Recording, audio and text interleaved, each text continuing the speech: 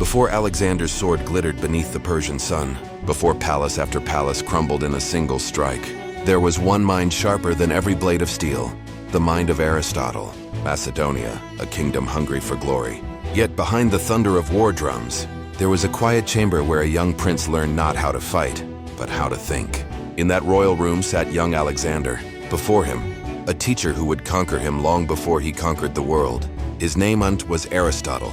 Aristotle was no soldier, no general, but he understood something far more dangerous than any armed legion, the human mind. He taught Alexander logic, an invisible weapon capable of bending civilizations. He armed him with rhetoric, the art of shaking, an enemy's resolve before a single sword was drawn. Every lesson he planted was not just theory, it was a map for world conquest. Alexander learned to understand a culture before attacking it, to split conflicts before blood was spilled. In every military strategy he later devised, there were fingerprints of Aristotle's philosophy. To Aristotle, a true king must not only be strong, but must think. That's why Alexander was unlike any conqueror before him. He didn't just rule territories, he ruled the minds of the nations he subdued. Alexander may have conquered the world with his armies, but Aristotle had already conquered Alexander with his mind. Kings bend nations, but a philosopher, he bends kings. Many rulers win through brute strength, but Alexander, he won because his way of thinking was forged to win. And behind it all was one mind steering the course of history, Aristotle. It wasn't tall walls or mighty armies that laid the foundation of Alexander's empire, but a small table in the quiet study room of the Macedonian palace. There, Aristotle taught him a single principle most conquerors never grasped. Strategy is not about who strikes the hardest, but who knows when to strike and when to wait. Aristotle taught him the chain of cause and effect, how a single decision can shake entire kingdoms. He taught Alexander to read enemies like open books, to find cracks behind every wall. Alexander absorbed every word like fire devouring air. He began to see the world not as scattered lands, but as a map of opportunities. The battlefield was a chessboard, and enemies were pawns waiting to be trapped. Aristotle instilled in him the idea that true victory happens not when swords are drawn, but when the enemy is defeated before the war begins. Years later, when the Persian armies trembled before Alexander, they didn't realize they weren't fighting just a king. They were facing Aristotle's mind alive inside him. What happens when a conqueror doesn't just wield a sword, but can shatter hearts with words? Aristotle knew words can cut deeper than spears. He taught Alexander rhetoric, the power to control minds through language. For young Alexander, this wasn't mere theory. He knew one day he would speak not only to his own people, but to the nations he would conquer. Aristotle showed him how to shape the rhythm of speech, choose piercing words, and wrap commands in the silk of promised glory. Kings, said Aristotle, rule not only over the bodies of their people, but over their minds. Later, before every great battle, Alexander stood before his troops. He didn't merely give orders, he set them on fire. He turned fear into a storm that drove thousands of feet forward into war. And when foreign cities heard his speeches, they didn't just see a conqueror, they heard the voice of a leader who made them want to submit. Alexander didn't just defeat enemies with power, he made them believe. Surrendering to him was the best choice, a victory that began with a philosopher's lesson. Many kings had weapons, but only one king's greatest weapon was the mind of a philosopher. Aristotle was no bodyguard, no general, no ordinary advisor. He was the invisible architect of Alexander's glory. In his teachings, he planted the worldview that would transform a young prince into a ruler of the world. He taught ethos, logos, and pathos, the three pillars of leadership. Ethos, building trust. Logos, thinking clearly and tactically. Pathos, moving the hearts of the masses. For Alexander, these lessons were no mere words. They were his secret weapon. When he stepped into foreign lands, he knew swords inspire fear, but ideas inspire obedience. When history crowns Alexander as the greatest conqueror, few realize half his victories weren't won on the battlefield, but in the mind of Aristotle.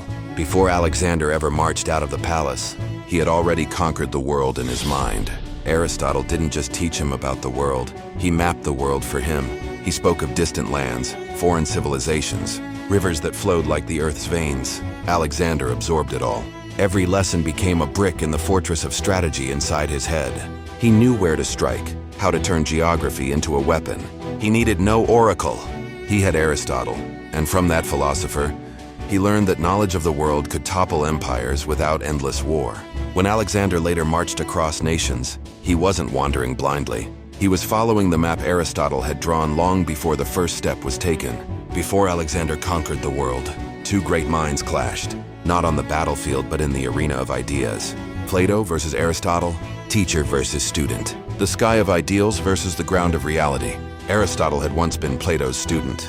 For 20 years he sat in the academy, absorbing his teacher's wisdom like a sponge soaking up rain. Plato taught the world of ideas, that true reality lies in the heavens, untouchable by human hands. But Aristotle wasn't satisfied with staring at the sky. He wanted to touch the earth, to dissect reality with logic. He challenged his teacher's thinking. Plato said, "Truth lies in the realm of ideas." Aristotle replied, "Truth lives in the real world." Their clash was more than a philosophical debate. It was a turning point in history. If Plato shaped dreamers, Aristotle forged leaders. Plato pointed to the heavens. Aristotle taught men to conquer the earth. When Alexander conquered the world, he didn't carry Plato's sky. He carried Aristotle's cold logic. And that changed the world. Once knowledge was only belief in dreams, then Aristotle came and turned dreams into reason. Before laboratories, before microscopes, before scientific theories, one man declared that knowledge must be tested, not merely believed. That man was Aristotle. He observed animals, plants, and natural phenomena. He recorded. He reasoned. He taught Alexander not only what the world is, but why and how it works. He was among the first to shape systematic thinking, the seed of the modern scientific method. Alexander absorbed it all. When he marched across the world, he didn't just bring an army, he brought a way of thinking. He saw mountains as structures, rivers as strategy, stars as guides. Aristotle taught him, power without knowledge will crumble, but a mind armed with logic can rule everything. Alexander's conquests weren't just a tale of war. They were the first living story of science in action. Many kings conquer cities, but few know how to rule them. Alexander was one of the few. Aristotle didn't just teach him logic and science, he taught him politics. He knew empires are not built on war alone, but on the ability to govern people. He taught Alexander that every nation has its own way of thinking. He mapped systems of government, democracy, monarchy, tyranny, and how to control them not through brute force but through cunning.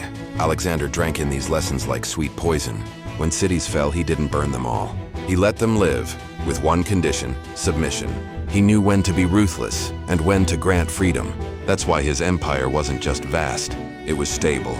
Many conquerors rose and fell, but Alexander lasted longer because he didn't just hold a sword. He inherited Aristotle's political genius. Alexander once conquered the world with his hands, but there was one shadow that never left him: Aristotle. Every step Alexander took across deserts, foreign cities, and battlefields, a voice whispered in his ear. Not the voice of soldiers, not the voice of enemies, but the voice of a teacher. Aristotle may not have marched in Alexander's campaigns, but his mind did, in strategy, in speeches, in decisions that shaped the world. Aristotle was there, unseen but present. Alexander became a legend. But behind that legend was the shadow of a philosopher who never truly left. That shadow was no curse. It was a legacy. History remembers Alexander as the conqueror of the world. But if we look closely, in every one of his victories, we will find the footprints of Aristotle. Swords rust, thrones crumble, but ideas never die. Alexander is long gone, his empire scattered like sand in the wind.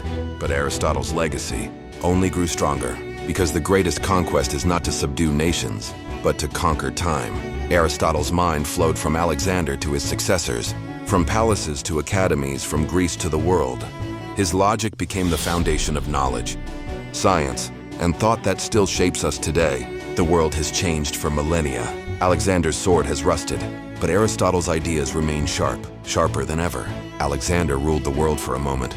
Aristotle rules the human mind forever.